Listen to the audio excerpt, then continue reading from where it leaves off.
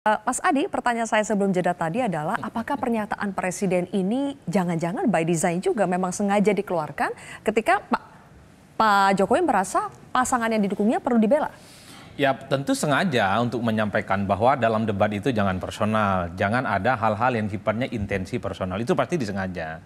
Tapi kan Pak Jokowi membantah kalau ini dianggap sebagai dalam tanda kutip untuk membela Pak Prabowo Subianto, bahwa ini disampaikan untuk nomor 1, nomor 2, dan nomor 3 ya. Meski kalau kita melihat, membaca statement-statement netizen ini tidak lahir dalam ruang hampa.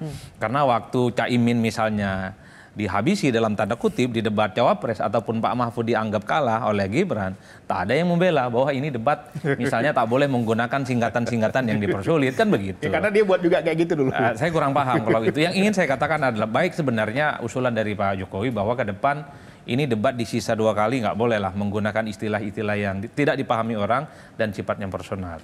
Yang ingin saya katakan sebenarnya dalam debat itu satu hal, bahwa masyarakat kita ini sebenarnya bukan pemilih rasional seperti di negara-negara maju seperti di Amerika. Debat itu semacam panggung gladiator, main gebuk-gebukan, bahwa kalau dia jago ngomong, fakta yang terukur, tapi dia punya intensi mengkritik dan menghajar lawan, itu kan dianggap sebagai pemenang di tengah pemilih yang rasional.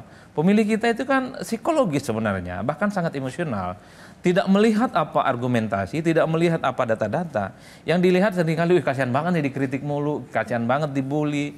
Kan itu yang muncul, kenapa misalnya ada yang nangis dan seterusnya dan seterusnya. Khawatirnya panggung gladiator yang diharapkan oleh pemilih rasional ini tidak mendapatkan simpati, terutama di kelas menengah ke bawah yang memang melihat debat itu ya adalah ajang untuk saling puji, saling rangkula dan saling mendoakan. Makanya saya bilang, kalau begitu modelnya ya jangan debat. Ini main sepak bola aja saling dukung gitu ya. Kalau saling mendoakan ini anggap aja majlis talim, kan kira-kira begitu Pak. Ini yang saya kira memang bahwa kalau saya melihat dalam perdebatan yang ketiga ini, satu kok tujuannya, yaitu adalah selain posisi tentu ingin mendapatkan insentif politik elektoral kok. Kenapa Anies gaspol sejak awal, langsung ke gigi 6? Bagi Anies tahu persis bagaimana untuk meningkat elektabilitas adalah menyasar pemilih-pemilih yang sangat anti dengan Jokowi, kecewa dengan Jokowi, yang kecewa dengan Pak Prabowo Subianto. Pak Ganjar sebenarnya ingin mendulang di antara dua posisi.